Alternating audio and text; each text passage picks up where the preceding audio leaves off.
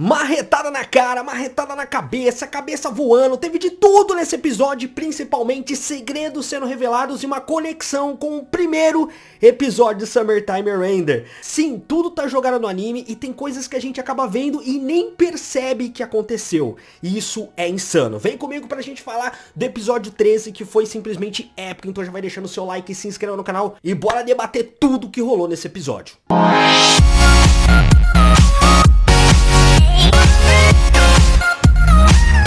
Fala galera, sejam bem-vindos ao TV Resenha Anime, eu sou o Iago, vamos falar sobre esse episódio que foi insano. Plot twist atrás de plot twist, é reviravolta que não acaba mais esse anime, a gente fica surpreso com o episódio 12 e aí chega esse episódio 13 e já joga um monte de coisa na nossa cara e principalmente detalhes que estão desde o primeiro episódio e que a gente acaba deixando passar. Então eu já vou responder pra vocês de cara, quando foi que o Shinpei ganhou o olho dele? Porque o anime já deixa claro desde o início quando ele ganhou, e a gente vai ver agora, lá no primeiro episódio, quando começa o episódio já começa com ele ganhando o olho. E parece que era uma coisa boba lá atrás, quando a gente tá assistindo, porque a gente não sabe da história, a gente não conhece ali o que a obra vai falar e tudo mais, principalmente coisa relacionada a olho.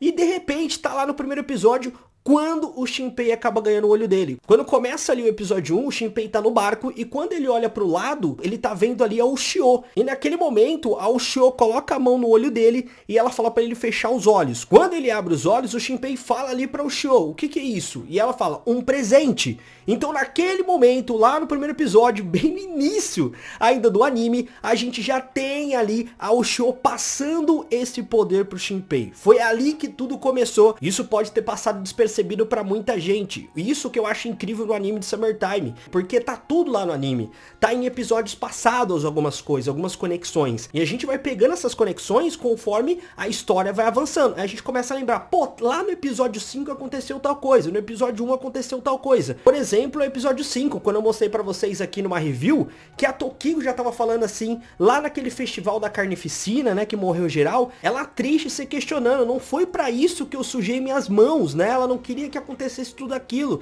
aquela carnificina toda. Então, tudo tava conectado. A Tokiko teve a ação dela lá na frente, né, se revelando ali, ajudando o pai dela em relação às sombras e tudo mais.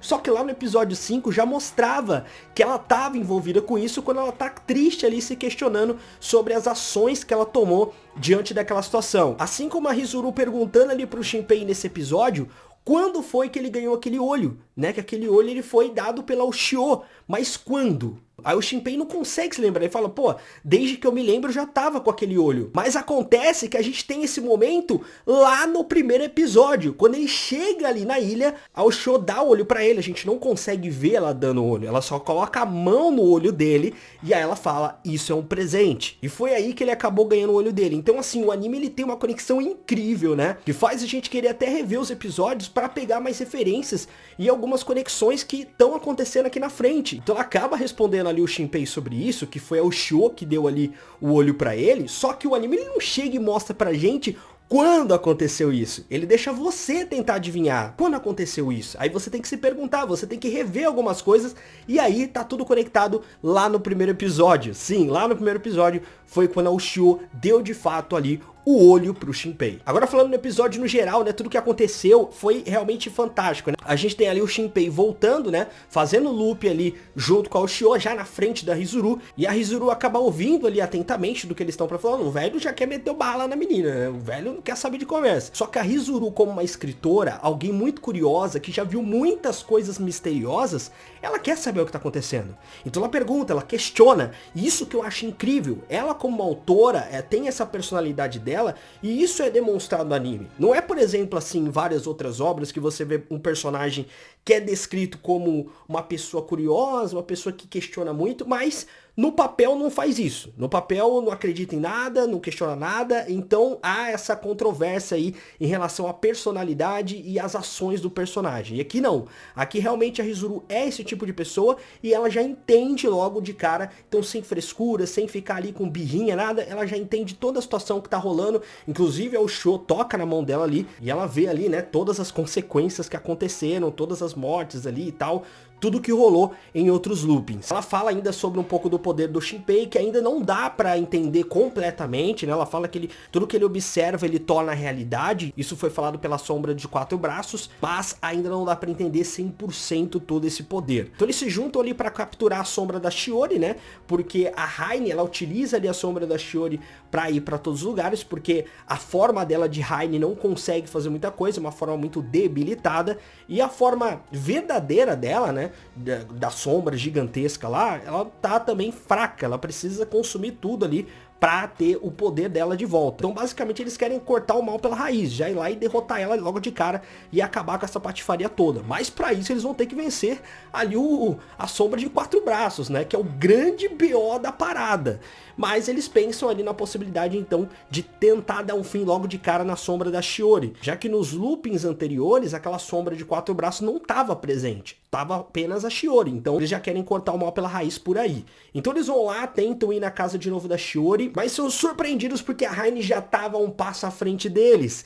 E aí, como eu falo, tem tudo uma conexão. A gente viu nos episódios passados a marca ali de sombra na mão do Shinpei. Eu tinha falado sobre isso. Não, ela tá marcando ele e não interessa o que vai acontecer, ela vai atrás dele. E naquele momento que ele tava fazendo o plano, eu falei, mano, vai dar ruim, porque ela marcou ele e ela sabe o que ele tá fazendo. E bingo! É exatamente isso que aconteceu. Ela marcou ele ali e ela se revela falando que ela também faz o looping. Ela tem aquele olho vermelho, então ela consegue também voltar ali junto com ele. Inclusive ela fala que tá sempre ali conectada com ele, né? Desde o início, desde aquele festival que eles cruzaram ali os olhares, ela já tá procurando por ele, ela já tá ali tentando marcá-lo, e ela consegue finalmente marcá-lo, e agora ele tá ferrado, porque ela sempre vai saber aonde ele vai estar ali mais ou menos, então ele vai ter que criar um outro plano, não baseado no que ele viveu, porque baseado no que ele viveu, a Raine já vai saber, então ele precisa criar algo novo. Isso é fantástico, né, porque acaba limitando também a questão do poder dele, né, ele já sabe o que aconteceu, então não adianta ele acreditar 100% que tudo vai ocorrer da mesma maneira, porque a Raine já sabe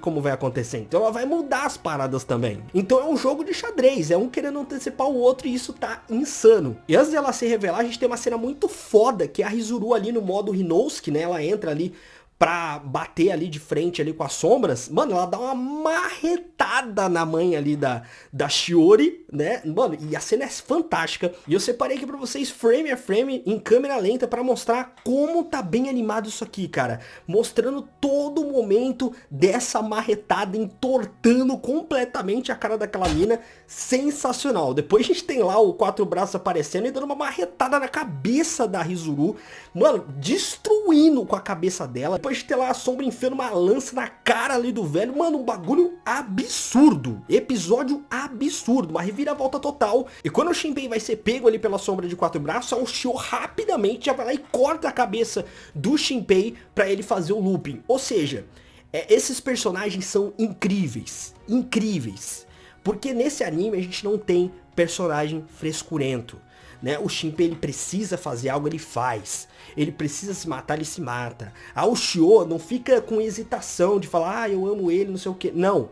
Ela sabe que se matar ele vai voltar no tempo. Então ela não hesita. Ela já pensa o seguinte, eu preciso matar ele agora, senão ele vai ser capturado e ferrou tudo. Na hora ela vai lá e mata ele. Ela arranca a cabeça dele fora e acaba com tudo. Depois ela pede desculpa lá pra ele. Mas ela não fica hesitando. Ela vai e faz o que tem que fazer. É uma personagem incrível. Uma personagem que vem me surpreendendo demais. Ela é carismática, overpower e toma decisões rápidas em momentos assim complicadíssimos, momentos que envolvem até o emocional. Mesmo ela sendo uma sombra, a gente sabe que é uma copa perfeita, então ela tem sentimentos e tudo mais. Então mesmo ali vendo o cara que ela ama na frente dela tendo que morrer, ela vai e mata, sem dó, porque ela sabe que ele vai voltar no tempo. E aí a gente tem a grande surpresa, que é esse sexto looping que agora o Shinpei vai fazer. Ele acaba mais uma vez, né, entrando ali no modo espiritual ali. Ele consegue acessar o passado da Rizuru. E é incrível, porque ele já tinha feito isso, né? Ele já tinha visto ali memórias da Mio, e agora ele tá vendo memórias da Rizuru. Então o poder dele realmente é muito misterioso, o poder dele vai além de tudo que já foi falado, e a gente vê ele observando tudo que aconteceu lá no passado da Rizuru. Então a gente conhece a Rizuru, o Hinousuke, né? A gente conhece ali até a mãe da Shiori, quando eles eram crianças, e principalmente a família do Shinpei, o pai e a mãe dele, né, estão presentes ali no restaurante ali do pai da Ushio e da Mio. Então é muito legal, né, a gente tem um momento bem emocionante e, cara, O que eu acho foda, mais uma vez, que eu vou ressaltar aqui o personagem do Shinpei. Porque ele observa ali toda aquela situação, ele poderia ficar paralisado, ele poderia querer ficar focando nos pais dele, mas não. Ele sabe que aquilo lá é tudo uma memória e ele não tenta aproveitar aquele cenário. Não, cara, ele sabe que ele tá correndo contra o tempo e ele precisa ir a fundo nesse mistério relacionado a Rizuru, a própria Haine,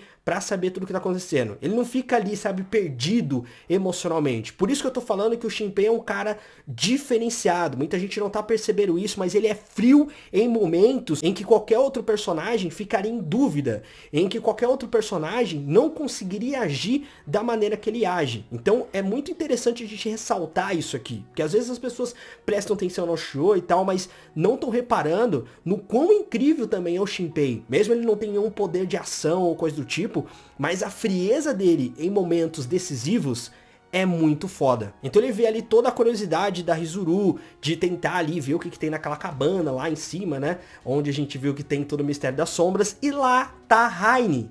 E ela conhece a Haine lá. Ela fala que tem uma menina que aparece tal hora do dia, né, que aparece algo iluminado, de repente essa menina aparece, e o irmão dela, né, que parece que era apaixonado ali pela mãe da Shiori, ele leva a mãe da Shiori embora, e a Rizuru fica lá sozinha, olhando pra janela, e aí finalmente a Haine aparece. E cara, agora vem outro mistério, né, essa relação da Rizuru com a Haine, ela realmente se tornou amiga da Haine, e por que que a Haine matou o Hinousuke? Ou seja, é mais mistérios. A gente teve algumas respostas nesse episódio, mas agora a gente tem mais e mais mistérios. E isso é incrível, cara. E agora eu quero saber de você, tá ou não assistindo o Summertime? Tá curtindo, não tá curtindo? Deixa aí nos comentários porque eu quero saber a sua opinião. Mas é isso, galera, espero que vocês tenham gostado desse vídeo. Se gostou, deixa você se inscreva no canal caso não for inscrito e ative o sininho de notificação para não perder nada. Tá tendo muito anime nessa temporada, tá difícil gravar tudo, mas né, tem as prioridades também, que eu amo Summertime, entre outros animes que acabam aí sendo o destaque. Mas é isso, valeu, até a próxima e fui! Tchauzinho.